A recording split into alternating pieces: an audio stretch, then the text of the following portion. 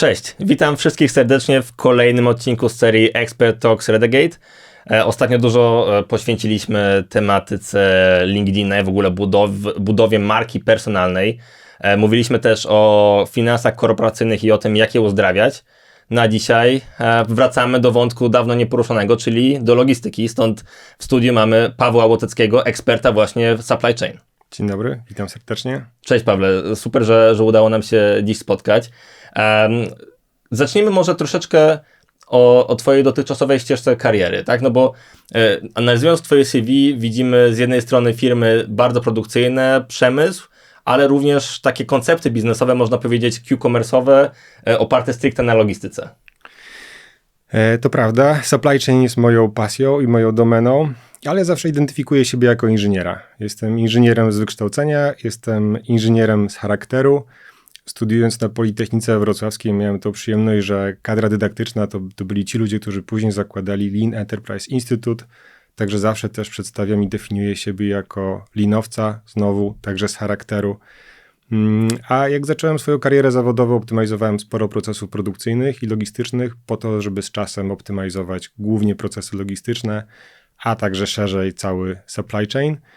No i tak to się potoczyło, że dzięki temu doświadczeniu, które zdobyłem przez tych już kilkanaście lat, miałem szansę brać udział w bardzo wielu ciekawych projektach i były to głównie projekty w przemyśle, ale także była to globalna logistyka dla dużej sieci sprzedaży, począwszy od importu z Azji i dystrybucję na ponad 30 krajów globalnie. A ostatnio to był Berlin, startupy, Q-commerce i to też było bardzo ciekawe doświadczenie. Myślę, że do tego później nawiążemy. A co jest takiego pociągającego w tej logistyce, w tym supply chain? Wiesz co, jak dla mnie to jest ten stopień skomplikowania, to takie holistyczne podejście i to jak ta logistyka, która kiedyś była jednak tą funkcją wspierającą, dostarczała surowców, dostarczała komponentów, sprowadzała się do transportu i do magazynowania. Dzisiaj może być wyróżnikiem, może stanowić o przewadze konkurencyjnej i de facto rola logistyki, a szczególnie całego obszaru łańcucha dostaw w przedsiębiorstwie bardzo mocno się zmieniła. Dzisiaj osoby, które zajmują się supply chain, często są na stanowiskach raportujących bezpośrednio do zarządu albo wręcz w zarządzie. I myślę, że tak powinno być. Wraz z etapem globalizacji te łańcuchy dostaw nam się bardzo mocno powydłużały. To się wszystko jeszcze bardziej skomplikowało. Przynoszenie produkcji do krajów, gdzie produkcja jest tańsza, sprawiło, że skomplikowaliśmy to maksymalnie. No i dzisiaj uporządkowanie tego, sprawienie, że to jest wydajne, że koszty tego całego przedsięwzięcia logistycznego, tego łańcucha dostaw są pod kontrolą, to jest bardzo ciekawe zadanie.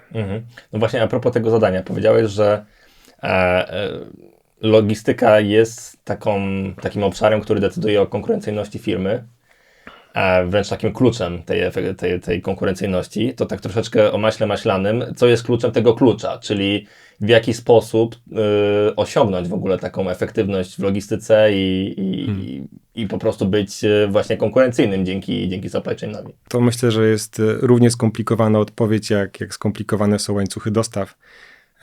Ale zacznijmy od początku i zacznijmy od podstaw. Ja uważam, że takim wyróżnikiem i takim kryterium sukcesu będzie to, co jest najbardziej podstawowe, czyli procesy. Dobrze zdefiniowane procesy. Powtarzam, że o procesach rozmawialiśmy bardzo dużo w przemyśle pod koniec lat 90., na początku lat zerowych, jak bardzo popularne były standardy ISO. Wszyscy się chwalili, chlubili, na opakowaniach umieszczali informacje, że mają produkcję, mają standard ISO 9000, ISO 14000, ISO 16949, które de facto w automotywie jest do dzisiaj. Później tematykę podejścia procesowego przysłonił Lean i wszyscy pasjonowaliśmy się narzędziami, które dawał nam Lean. Oczywiście procesy też są gdzieś w tle tych narzędzi leanowych, ale jednak uważam, że ta optyka była bardziej w kierunku diagramów Ishikawy, 5Y, pracy standaryzowanej. To było bardzo często meritum tych dyskusji. No i historia w moim mniemaniu zatacza koło. i ponieważ w dobie digitalizacji, sztucznej inteligencji, te procesy są znowu szalenie istotne. W kontekście procesów drugim takim kryterium sukcesu są KPI. Jak już mamy te procesy, musimy je mierzyć. Tak. Bez mierzenia nic nie stwierdzimy. Kolejne, jak już mamy procesy, wiemy jak dobrze coś realizujemy, bądź też nie, no to musimy mieć jakiś plan. Do tego planu ja zawsze polecam używać SNOP, procesu SNOP, który jest moim ulubionym procesem. Uważam, że on jest mocno niedoceniany i też widzę, że coraz większe zainteresowanie w przemyśle wdrażaniem i realizowaniem procesu SNOP jest. No i na koniec to są koszty, bo te wszystkie procesy realizujemy zgodnie z planem po to, żeby nasz biznes przynosił zyski. Czyli musimy kontrolować koszty. I to rysuję zawsze klientom jako taki trójkąt, te procesy, wskaźniki, planowanie SNOP i koszty. Natomiast w środku są ludzie i leadership, bo bez ludzi nie będziemy realizowali żadnych procesów, ani nie będziemy mogli realizować żadnych planów. Natomiast leadership, bo te plany, o których wspominałem wcześniej, to są plany produkcyjne, plany operacyjne, krótko bądź średnioterminowe. Natomiast rolą leadershipu jest zapewnianie tych planów długoterminowych. I myślę, że tak bym odpowiedział na to pytanie, jak osiągnąć sukces w obszarze supply chain. Tak ja zawsze doradzam klientom. Na pewno nie jest to jedyna metoda, ale myślę, że fajnie jak mamy jakąś określoną perspektywę, której się trzymamy. Czyli powiemy sobie, co jest dla nas ważne, jakie mamy kryteria i zgodnie z tymi kryteriami postępujemy. Bo jeżeli określimy sobie, co jest ważne, jak patrzymy na ten nasz proces, na tą naszą organizację, po to, żeby po pół roku zmienić perspektywę, to znowu zmieniamy priorytety. Także ja zawsze sugeruję takie podejście. Wskazałeś 4 obszary, które dla ciebie są tym kluczem, tą ścieżką do uzyskania właśnie tej efektywności w logistyce. Zgaduję, że w każdym z tych 4 obszarów mogą być różne problemy. Mogą być problemy co do procesów, rozumiem, że SNOP może też stanowić problem, zarządzanie ludźmi może być też problem, czyli to zagadnienie leadershipowe. Jak z twojej perspektywy, jakby twoich doświadczeń też, z czym najwięcej firmy mają problemy? Tak jak powiedziałem, uważam, że paradoksalnie zaniedbujemy obszar standaryzacji procesów i definiowania procesów, pomimo że jest to coś oczywistego, o czym każdy dzisiaj wie. Mapujemy te procesy przy pomocy flowchartów, przy pomocy SIPOK-a, przy pomocy BPMN-a, jest masa różnych fajnych metod. Jest jeszcze więcej dzisiaj narzędzi do mapowania tych procesów. To mimo wszystko uważam, że to jest zaniedbany temat. Jak wdrażam z klientami różnego rodzaju oprogramowanie albo rozmawiamy właśnie o digitalizacji, to okazuje się, że pierwszym problemem, który będziemy napotykali, to jest to, że w sumie te procesy, to one były kiedyś zmapowane, ale to tamten poprzedni kierownik, a teraz to jest już inny dział i to jest taki pierwszy problem podstawowy. Myślę, że bardzo, bardzo warto o tym pamiętać. No i samo SNOP, tak jak powiedziałem, pomimo że jest to świetny proces, który daje bardzo, bardzo dużo, poprawia komunikację, poprawia współpracę, poprawia spójność tych planów w różnych wydziałach, no to niestety jest nierealizowany, jest niedoceniany. Często brakuje świadomości o tym, jak on dużo może dać organizacji. A sam mam doświadczenie, gdzie przychodziłem do firm, gdzie tego procesu nie było. Jak zaczynaliśmy go uruchamiać, to nagle wszystko stawało się dużo łatwiejsze i dużo bardziej oczywiste. Na koszty to już jest, myślę, taka podstawa, żeby te koszty monitorować. To też to podejście do rachunku zysków i strat, P&L, dzielenia się tym wynikiem, tym wynikiem z zespołami jest bardzo istotne. Takie doświadczenia też mam, gdzie nagle jak zarząd postanowił prezentować na ogólnym poziomie rachunek zysków i strat zespołowi co miesiąc, ten zespół zaczął inaczej pracować, dawał pomysły, gdzie można by te koszty zoptymalizować, bo miał też świadomość tego, co się dzieje i gdzie firma traci pieniądze i w którym kierunku można by pójść, aby tą zyskowność poprawić. Wspomniałeś o takich rozwiązaniach systemowych. Dużo też się mówi o firmach, które inwestują w pewne systemy, tak, mówię tutaj o jakichś rozwiązaniach IT, on ma rozwiązać wszystkie problemy, wszystkie bolączki, a się okazuje, że on je, że tak powiem, utrwala, tak, czyli po prostu przekładamy procesy, które nie są ustabilizowane, że tak powiem, fizyczne na cyfrowe, tak. Czy widzisz, że w świadomości klientów się to zmienia też, żeby właśnie przed digitalizacją jednak ustabilizować, usystematyzować procesy? Tak, myślę, że tak, szczególnie jak zaczynamy tą współpracę z zespołami IT i musimy te procesy dostarczyć, to coraz częściej klienci patrzą na to, jak te procesy są realizowane i zatrudniają konsultantów do tego, żeby najpierw dokonać optymalizacji procesów, a dopiero potem dokonać wdrożenia systemu informatycznego, zdecydowanie. Zresztą dzisiaj rano rozmawiałem ze swoim kolegą, który rozmawiał z firmą, która wdraża sztuczną inteligencję i tam ten feedback jest dokładnie taki, jak mówię, że u klientów podstawowym problemem jest brak tych procesów. Ale nie, no przecież chcę zautomatyzować. No tak. Zrób mi to tutaj automat. Tak, także myślę, że ta świadomość będzie coraz większa, że do automatyzacji potrzebne są procesy i to procesy takie, jakie byśmy chcieli, a niekoniecznie te, które dzisiaj mamy. Mówisz o tym AI. Przepraszam, tylko ci dopowiem, bo to też wiąże się z kosztami, szczególnie w przypadku SAP-a. Tam zawsze jest to pytanie, czy wdrażamy standard, czy customizujemy. Customizacja zawsze kosztuje, no i to są te pytania, na które zespół wdrażający musi sobie odpowiedzieć. Gdzie możemy skustomizować, gdzie musimy skustomizować, a gdzie możemy polegać na standardzie. A propos SAP-a, to też nie jest tajemnicą, że dzisiaj też wiele firm, niektóre lepiej, niektóre gorzej radzą sobie z przejściem na S4HANA. To też jest wielkie wyzwanie. Wspomniałeś o AI-u. Też no nie ukrywam, że z racji też twojego wieku, tak, masz bardzo dużo doświadczeń, ale też poszukujesz rozwiązań takich digitalowych, high-techowych. Na pewno też widzisz właśnie rozwój AI i wpływ AI na logistykę potencjalnie. Gdzie widzisz właśnie takie najlepsze zastosowania dla AI, czy dzisiaj, czy w przyszłości? No AI tak szybko się rozwija, że niedawny podcast, który nagraliśmy tutaj z Radkiem Mechło o właśnie AI, mimo tego, że był nagrany 3 miesiące temu, już jest totalnie nieaktualny. Ale ty właśnie gdzie widzisz, w jakich obszarach widzisz AI jako taki najlepszy use case w przyszłości w logistyce?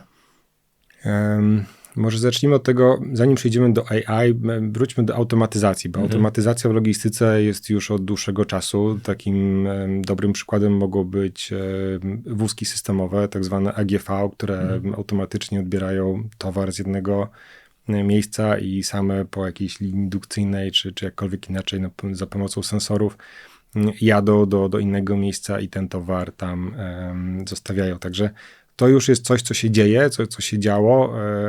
W przeszłości te wózki, konfiguracja tych wózków była bardzo trudna. Dzisiaj to jest dużo łatwiejsze, dużo szybsze. Nie trzeba armii informatyków i 3 miesięcy mapowania budynku i wszystkich maszyn, żeby te wózki podłączyć. Tutaj ci duzi gracze jak Jungheinrich czy Stihl bardzo duży postęp zanotowali. Jungheinrich będzie w połowie tego roku prezentował swój najnowszy model wózka samojezdnego i tam myślę, że będzie coś ciekawego do zobaczenia. Oprócz tego są magazyny automatyczne, które też nie są niczym nowym, są wręcz bardzo popularne. Magazyny wysokiego składowania. Wokół Wrocławia teraz są budowane 3 duże magazyny. To takie widowiskowe inwestycje. To tak, właśnie jeden jest już wybudowany, a drugi, jak to się jeździ autostradą A4, to tuż przy autostradzie A4 koło Wrocławia widać taką piękną, dużą stalową konstrukcję, którą jeden tam z zakładów stawia. Także to jest też na pewno coś, co już się dzieje. Zanim przejdziemy do AI, to jeszcze warto wspomnieć o RPA, o robotyzacji procesów, czyli na przykład automatycznym zaczytywaniu faktur. Oj, to jest duży temat. To jest duży temat, ale to też nie jest już nowy temat i też tam następuje dosyć duży progres. Chociażby automatyzacja wysyłania zamówień do klientów. Także to jest coś, co już dzisiaj jest automatyzowane w obszarze supply chain. No i tak, i teraz wchodzi sztuczna inteligencja, która może, jakbym to widział, która może na przykład kupować transporty w zależności od cen na rynku. I tutaj już będzie połączenie z giełdą, czekanie na jakiś sygnał, wiemy, że musimy ten transport kupić, ale mamy 5 dni, więc sztuczna inteligencja będzie nas wspierała w tym, żeby w odpowiednim momencie, nie później niż, poczekać na odpowiednią cenę. Także to będzie wyższy poziom automatyzacji, ale znowu, jeżeli nie będzie procesów, to nic się nie zadzieje. I też sobie wyobrażam HEV gdzieś tam właśnie wspierane przez sztuczną inteligencję, jeżeli chodzi o optymalizację na przykład ścieżek wewnętrznej logistyki, to sobie jestem w stanie też wyobrazić. Tak, na pewno. To też będzie pewnie jeszcze szerszy zakres zastosowań tych urządzeń, które dzisiaj jeżdżą z punktu A do punktu B, są w stanie się zatrzymać, ominąć, ale tam na pewno będzie dużo szersze zastosowanie tych pojazdów. A propos logistyki i też twojego doświadczenia, wspomniałem na samym początku, że poza produkcją również też w tych startupach działałeś, które rozwijały bądź rozwijają wciąż biznesy tak zwane Q-commerce'owe. Dla tych, co nie wiedzą, to może kilka słów, czym jest Q-commerce i przejdziemy dalej. Q-commerce, czyli Q-commerce, quick commerce, dostawy natychmiastowe. Myśmy te dostawy realizowali w ciągu 10-15 minut, no i tak definiujemy ten quick commerce. Nie wiem, czy ktoś to zdefiniował dokładnie, do ilu minut jest quick, a powyżej ilu już nie. Ale... Ja czytałem jakieś definicje, że chyba do godziny jest Q-commerce, ale to powiedzmy, że rozumiemy. Chodzi o to, żeby w zasadzie klient zamawia produkt i ma w super, ultra szybkim czasie ma mieć go u siebie, tak? Czyli, nie wiem, zamawiam na przykład 2 butelki coli i wodę i chcę mieć to u siebie w ciągu 15 minut i to ktoś przyniesie do drzwi. I teraz widzimy również w Polsce, że są pewne podejścia do budowy tego typu formatów biznesowych. I jak ty na to patrzysz? Czy widzisz w tym również potencjał biznesowy, czy to jest raczej coś, co ma problemy z rentownością, bo są przecież sygnały na przykład z Niemiec, że właśnie startupy działające w Q-commerce mają raczej trudny czas i są do tej pory raczej palarniami funduszy, które w to weszły. Koncepcja, myślę, była bardzo fajna, natomiast ta koncepcja powstała tuż po COVID-zie, jak ludzie nie mogli, czy też nie chcieli wychodzić z domu, więc dostawy żywności do domu były bezcenne. Na pewno wielu klientów zakochało się w tej usłudze i pamiętam jeszcze właśnie z tych czasów pracy w Berlinie, że klienci wręcz się, żartuję, uzależniali od tego, jak już później cokolwiek potrzebowali, to non-stop aplikację zamawiali. W ciągu 10 minut był kurier. Czasami było to 20-25, ale nasze rekordy to było 3 do 4 minut, bo tam, gdzie był dark store, to piętro wyżej ktoś mieszkał.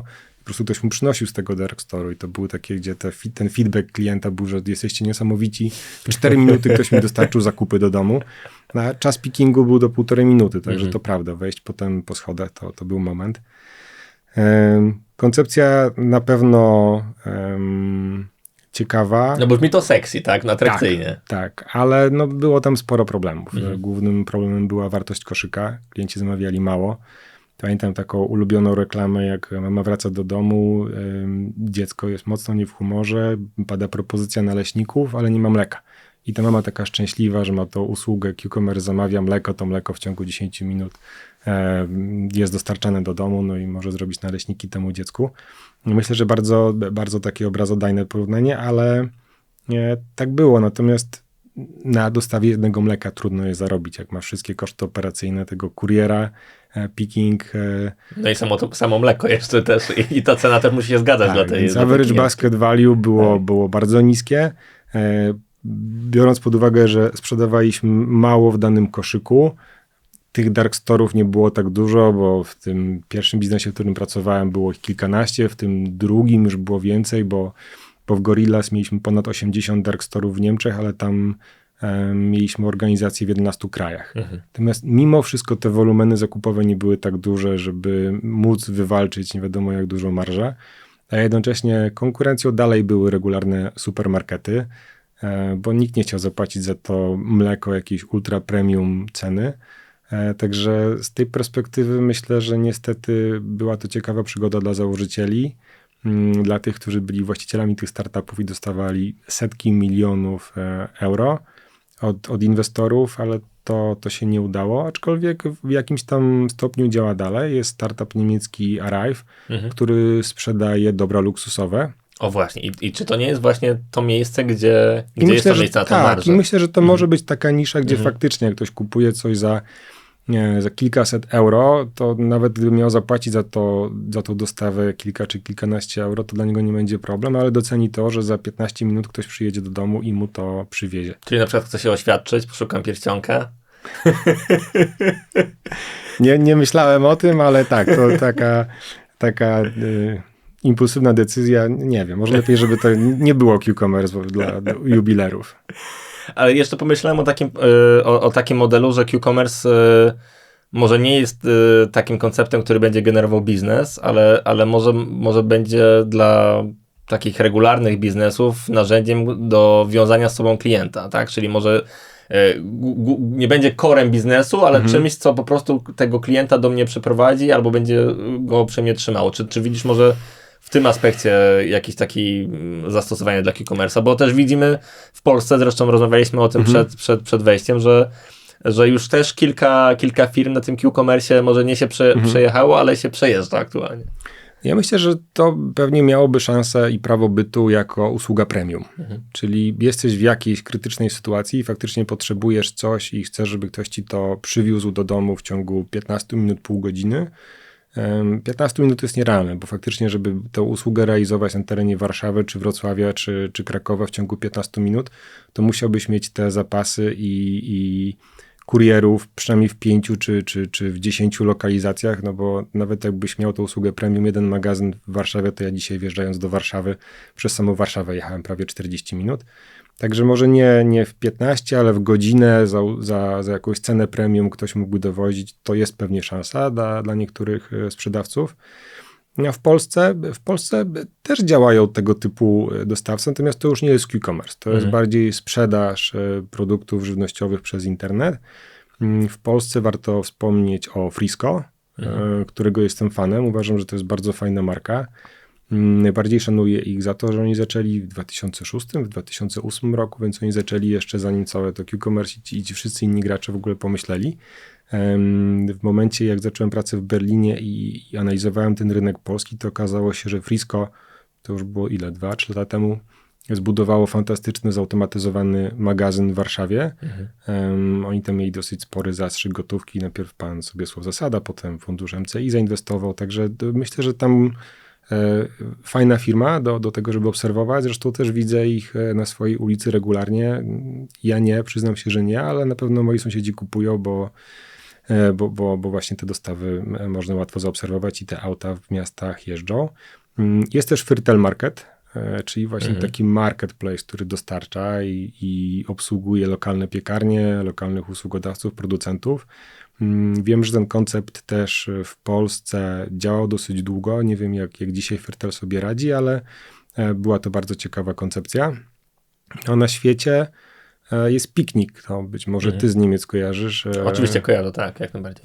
Pamiętam też jeszcze te 2 lata temu, Piknik był wzorem dla wielu. Ale co było receptą na sukces Piknika? Standaryzacja. Oni powiedzieli, że możesz mieć dostawy kiedykolwiek chcesz, pod warunkiem, że jest to środa, godzina 17.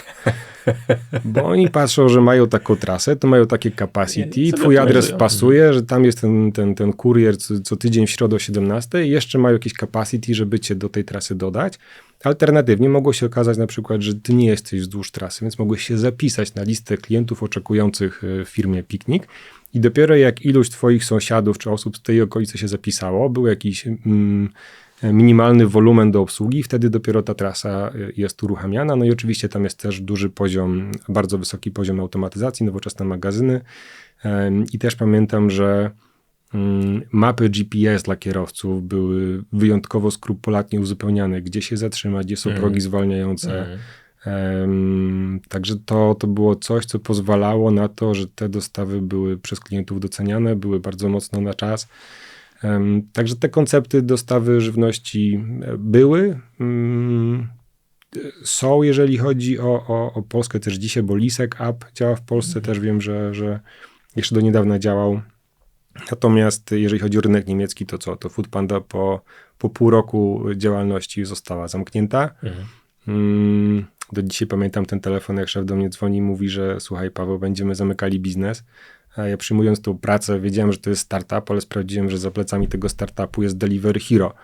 Wielka międzynarodowa firma, która zatrudnia 10 tysięcy ludzi i wdraża ten sukces sukcesem w Azji. Mówię, no to jaki tam startup, to nie może zbankrutować.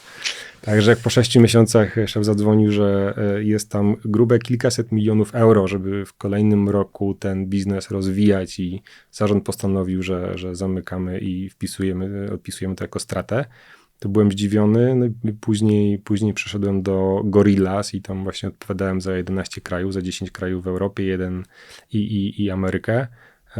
Działało to całkiem nieźle.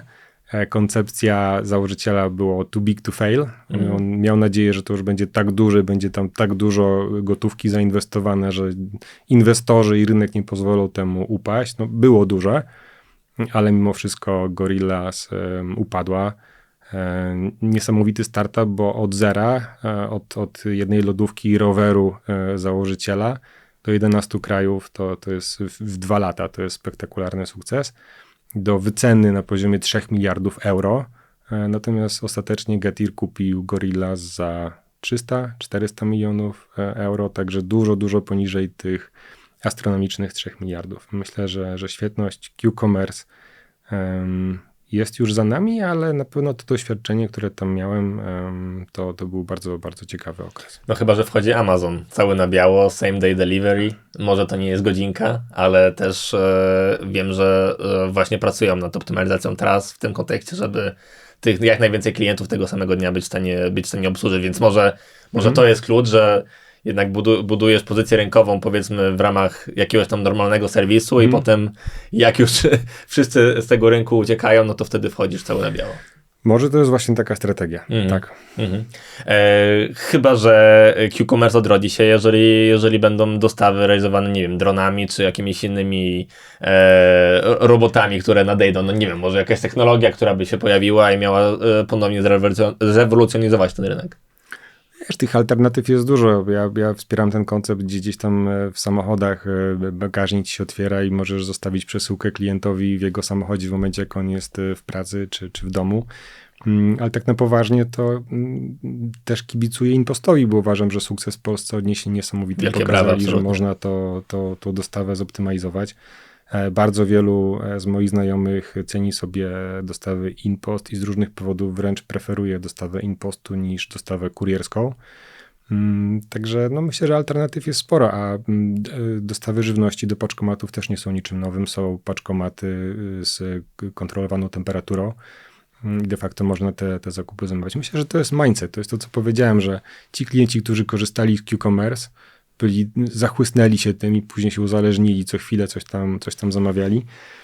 W ten sam sposób klienci, którzy przeszli już na zakupy nie Q-Commerce, ale supermarketów online, mają swój zdefiniowany koszyk. Często jest tak, że robią te zakupy gdzieś tam w pracy między jednym zadaniem a drugim, więc kompletnie nie poświęcają tego swojego czasu prywatnego i sprowadza się to do tego, że ktoś im o którejś tam godzinie puka do drzwi, przynosi wszystkie te zakupy, stawia pod drzwiami i oszczędzają naprawdę dużo czasu na dojazd, na zrobienie tych zakupów, spakowanie, rozpakowanie. Dobrze, to tyle o tym Q-Commerce. Ja tak zresztą jak każdemu biznesowi życzę powodzenia, bo też przyglądałem się właśnie na przykład rozwojowi Gorillas i to wyglądało imponująco na początku, ale no niestety się wypaliło. Ale tak rozmawiam z tobą, jesteś bardzo spokojnym człowiekiem, wyważonym, dobierasz słowa, a z kolei logistyka kojarzy mi się z walką troszeczkę o przetrwanie, szczególnie jeżeli chodzi o wyzwania makroekonomiczne. Gdzieś wybuchnie wojna, gdzieś zamkną kanał Suezki, gdzieś zatkają się porty w Chinach, więc wydaje mi się, że takim pierwszym obszarem, który zawsze dostaje po głowie w organizacji i musi coś wymyślić na szybko i improwizować, to jest logistyka, czy nie? No, bardzo często to się zaczyna, to domino gdzieś tam od logistyki, w zależności od sytuacji, ale takie kryzysy jak ten, o którym wspomniałeś, blokadę kanału Suezkiego, to prawda, to najpierw dotknęło łańcuchy dostaw, No dlatego powiedziałem, bardzo duży stopień skomplikowania i bardzo dużo się dzieje. Jesteśmy w logistyce zależni od wielu funkcji. Ale jak się odpornić? Znaczy, w sensie, jak budując biznes, organizację albo zespół logistyczny, w jaki sposób mogę jak najbardziej albo w jak największym stopniu zredukować te ryzyka, na które nie mam wpływu po prostu na co dzień? Wiesz, to zależy, na co chcesz się odpornić, bo jest teraz kilka takich trendów, które obserwuję na rynku. Pierwszym z tych trendów jest skracanie łańcuchu dostaw, czyli te łańcuchy dostaw, które kiedyś były rozbudowane, które zaczynały się w Azji, potem poprzez kontenery te komponenty, te surowce przypływały do Europy, skracamy je.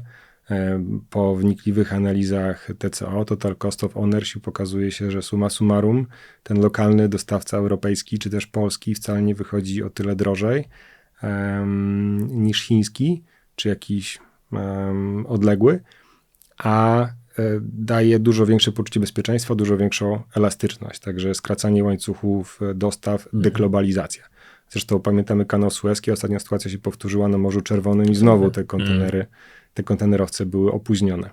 Alternatywnie z tych zapasów just in time teraz robimy zapasy just in case i gromadzimy te zapasy. No i to jest też strategia. Warto się zastanowić, czy te zapasy gromadzimy po stronie surowców, po stronie wyrobów gotowych, no i oby nie po stronie zapasów toku produkcji. Także możemy się zabezpieczyć i wzmocnić te łańcuchy dostaw poprzez chociażby dzisiaj gromadzenie zapasów, co się dzieje.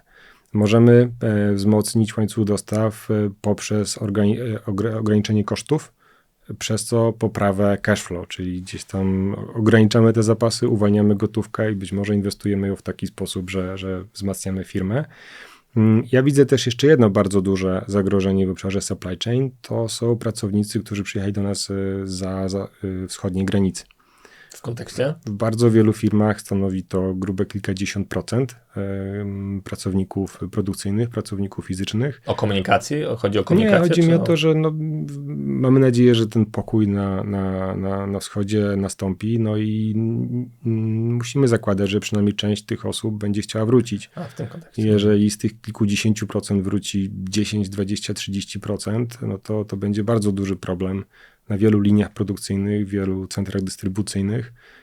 No i tutaj z kolei przeciwdziałaniem, ograniczeniem ryzyka jest jednak właśnie automatyzacja. No dobrze, ale ktoś musi o to wszystko zadbać, tak? Ktoś musi rozplanować właśnie te inicjatywy nearshoringu, ktoś musi patrzeć na tę strukturę kosztów, ktoś musi, nie wiem, pewnie dostosować siatkę dostawców i tak dalej, i tak dalej. I spada to pewnie na menadżera czy menadżerkę logistyki. I jakie takie kluczowe kompetencje widzisz wśród tych osób, żeby właśnie być skutecznym w tej roli? To jest ciekawe zagadnienie, bo myślę sobie, że stopień skomplikowania łańcucha dostaw dzisiaj i pod kątem tego, czym taki menedżer zarządza, zarządzanie strategiczne, zarządzanie operacyjne, zarządzanie ludźmi, zarządzanie projektami, zarządzanie zmianą, całkiem sporo do zrobienia. Jeżeli chodzi o obszary, to są zakupy strategiczne, zakupy operacyjne, sprzedaż, wysyłka, logistyka wewnętrzna, magazyn, spedycja. Bardzo dużo jest tych obszarów, którymi zajmuje się w takim day-to-day biznes każdy menedżer łańcucha dostaw. Między innymi dlatego wspólnie z Wrocławską Akademią Biznesu realizujemy program MBA Supply Chain, do którego serdecznie zapraszam, bo myślę sobie, że kompetencje menedżera supply chain są bardzo szerokie. I nie jest łatwo zostać. Myślę, że to jest coś, do czego niektórzy ludzie mają predyspozycję, niektórzy się tego pewnie mogą nauczyć, ale właśnie stąd ten kierunek MBA Supply Chain. A jakbym miał nazwać kilka, na pewno współpraca z ludźmi, bo rozmawiasz i ze swoim zespołem, i z dostawcami, często z klientami, często bierzesz udział w rozwiązywaniu problemów, konfliktów, także na pewno współpraca z ludźmi. Myślę, że menedżer supply chain musi mieć otwarty umysł, musi być otwarty na zmiany i musi lubić pracować z ludźmi. To są takie elementy, które myślę powinny charakteryzować każdego dobrego menedżera supply chain. A gdybym chciał teraz włożyć kij w mrowisko i zapytać, to czego zwykle brakuje menadżerom i menadżerkom w logistyce? Myślę, że perspektywa, że to nie jest tylko tu i teraz, ale pracujemy z jakimś planem rocznym, 2-letnim, 3-letnim, a także znowu to holistyczne podejście, bo jeżeli zaczniemy narzekać na to, że mamy za dużo zakupów i taki menedżer pójdzie do kierownika zakupów operacyjnych i zacznie dociekać, co się stało, to bardzo często te zakupy są wynikiem planowania. A planowanie bardzo często jest wynikiem działania działu sprzedaży. Także to jest system naczyń połączonych i warto pamiętać, że oczywiste rzeczy wcale nie są takie oczywiste i warto naprawdę dojść do sedna, chociażby poprzez 5 Why, ale wnikliwie zbadać problem. Wspomniałeś o programie edukacyjnym, w którym ty będziesz dzielił się wiedzą ze studentami. Z drugiej strony stawiasz również na swój rozwój, bo jesteś uczestnikiem Szkoły Profesjonalnych Ekspertów Biznesowych, którą realizujemy wraz z Koźmińskim. Gdzie widzisz w tym wartość? Bo tak jak mówisz, z jednej strony jesteś wykładowcą, a z drugiej powiedziałeś sobie, wezmę udział w SPEP, bo też pewnie coś chcę z tego wyciągnąć. Tak, bo bycie konsultantem, wspieranie biznesu to jedno, natomiast bycie konsultantem, przedsiębiorcą to drugie, więc ja w trakcie zajęć rozwijam ten koncept prowadzenia własnego biznesu, a najważniejszą wartością dla mnie jest networking. Poznałem tam fantastycznych ludzi, już się wspieramy, już mamy jakieś wspólne inicjatywy i to jest bezcenne. A tak jak patrzysz, czy właśnie na uczestników SPEB-u, ale może ogólnie szerzej na polski rynek i to, jak rozwija się czy interim management, doradztwo, czy ten taki outsourcing ekspercki, czy twoim zdaniem każdego stać na to, żeby być właśnie takim zewnętrznym ekspertem? Myślę, że każdego stać na to, żeby być zewnętrznym ekspertem. Oczywiście nie każdy może pracować w EY-u czy PricewaterhouseCoopers, ale myślę, że tak jak są różni klienci i różne potrzeby klientów, tak samo są różni konsultanci. Myślę, że ważne, żeby ten konsultant był osobą kompetentną, z określoną wiedzą lub doświadczeniem, rzetelną, ale poza tym to myślę, że każdy nadaje się na jakiegoś konsultanta, bo można być interim managerem, można być konsultantem, który przyjeżdża do klienta, prosi o zestaw danych i gdzieś cichutko w kąciku ten zestaw danych analizuje i dostarcza klientowi informacji.